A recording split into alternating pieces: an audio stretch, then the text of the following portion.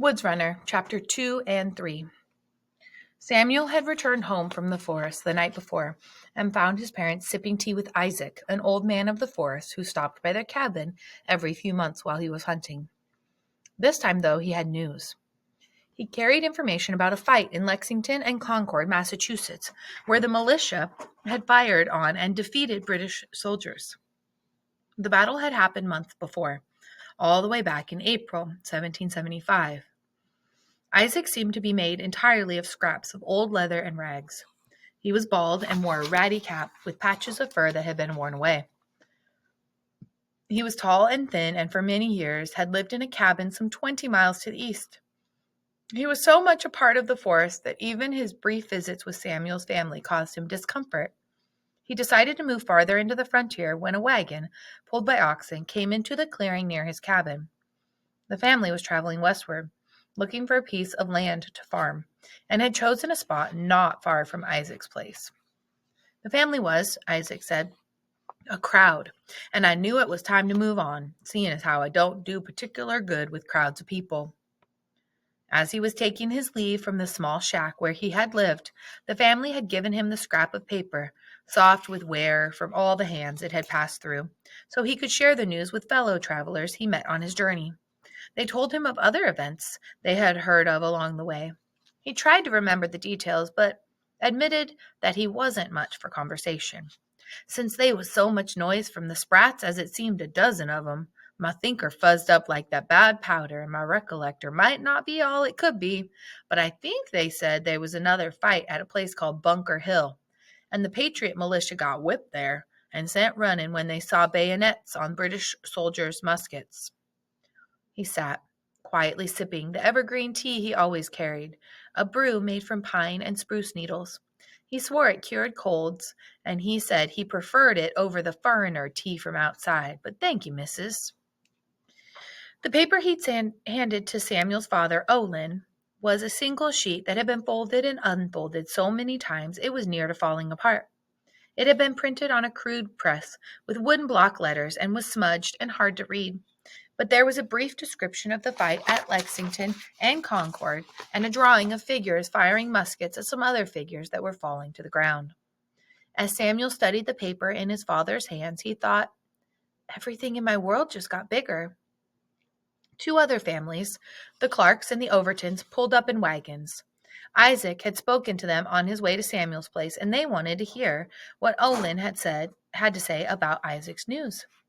Samuel looked around the small cabin on the edge of the woods that was suddenly filled with people all talking over each other about the meaning of the battles. It seemed that the strong and sturdy log walls no longer protected his family. The loud outside world his parents had escaped by moving to the frontier had found them. Samuel was excited and frightened and overwhelmed all at the same time. "What does it mean?" Ebenezer Clark asked Olin. His face was red and round as an apple because he drank home beer, 3 quarts every morning for breakfast. "It could be local, just some trouble in Boston," Samuel's father said. "A riot or the like. There's always a chance of rabble-rousing in the cities. And it doesn't seem likely that a group of farmers would try to take on the entire British army."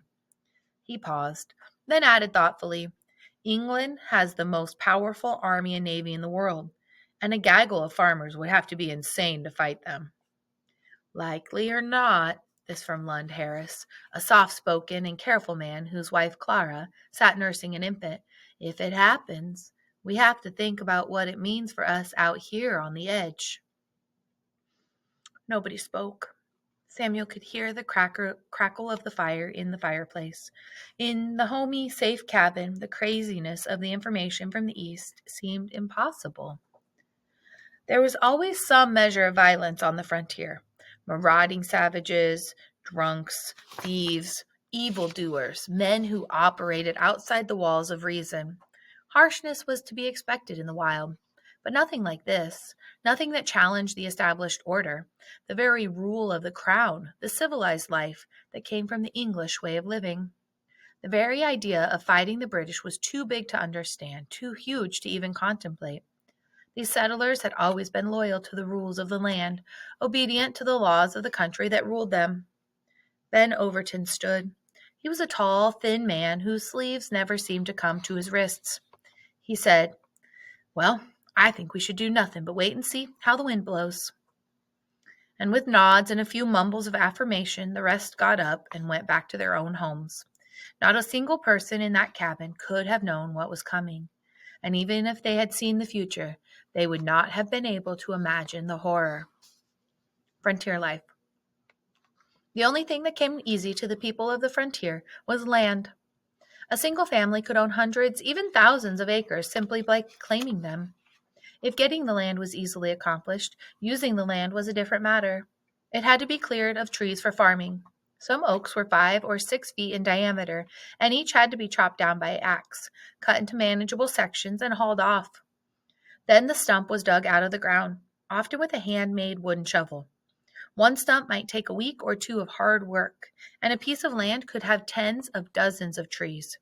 If a family was lucky, they might find a clearing left by beavers, which log off an area and dam a creek to make a lake, rotting out all the stumps. When the trees and the food were gone, the beavers leave, the dam breaks down, the water drains off, and there's a handy clearing left where the lake was. Chapter 3. The woods were never completely quiet. Even in the silence, there would be a whisper, a soft change that told something. If you listened, complete quiet could speak worlds. Samuel had gone 5 ridges away from home, hunting, feeling the woods. Something was off. If not wrong, then different. The woods felt strange, as if something had changed or was about to change.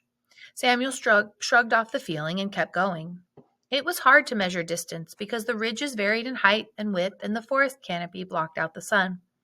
He was hunting bear, so he moved slowly and followed the aimless game trails looking for signs of life. 5 ridges going in a straight line might have meant 4 or 5 miles. The wandering path he followed probably covered more like 7 or 8. He had seen no fresh sign until he came halfway up the 5th ridge, a thickly forested round hump shaped like the back of a giant animal. Then he saw fresh bear droppings, still steaming, filled with berry seeds and grass stems, and he slowed his pace through the thick undergrowth until he came to the top of the ridge. To his surprise, the trees were gone, and he could see miles in all directions. He had hunted this direction many times, but had never reached this ridge before. The thick undergrowth in the summer and early fall had kept him from seeing this high point. He was amazed to find that below him, on the western side of the ridge, lay a small valley, perhaps half a mile long and a quarter-mile wide. The graceful chain of round meadows and lush grass was already perfect farmland. The treeless patch just needed a rail fencing and a cabin to be complete. "Perfect," he said aloud, "like it was made to be used." A crunching noise to his rear, to the east, brought him around. The bear was 40 or so yards away, a yearling, slope-shouldered, dark brown more than black. Like a large dog, it was digging in a rotten stump on the edge of the clearing. Samuel cocked his rifle, raised it, and then held. He looked above the bear, across the top of the trees. Smoke. Thick clouds of smoke were rising to the east, almost straight to the east, a goodly distance away. Forest fire? But it wasn't that dry, and there had been no thunderstorms, the normal cause of forest fires. Then he remembered that their neighbor, Overton, was going to burn limbs and brush from the trees he had felled and cleared. The direction and the distance looked about right for the settlement. The bear moved, stood, looked at him, and then dropped and was gone without Samuel's firing. Another missed kill. The smoke was in the right direction and at the probable distance, but there was something wrong with it, the way there had been something wrong with the feel of the woods today. He eased the hammer down on his rifle and lowered the butt to the ground. He stood leaning on it, studying the smoke the way he would read sign from a wounded animal, trying to see the why of it.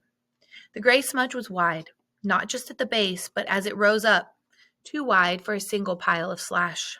That could be explained by wind blowing the smoke around. But it was a still, clear day. All right, he thought. So Overton set fire to the slash, and it spread into some grass, and that made it wider. But the grass in the settlement area had been grazed to the ground by the livestock, and what was left was still green and hard to burn.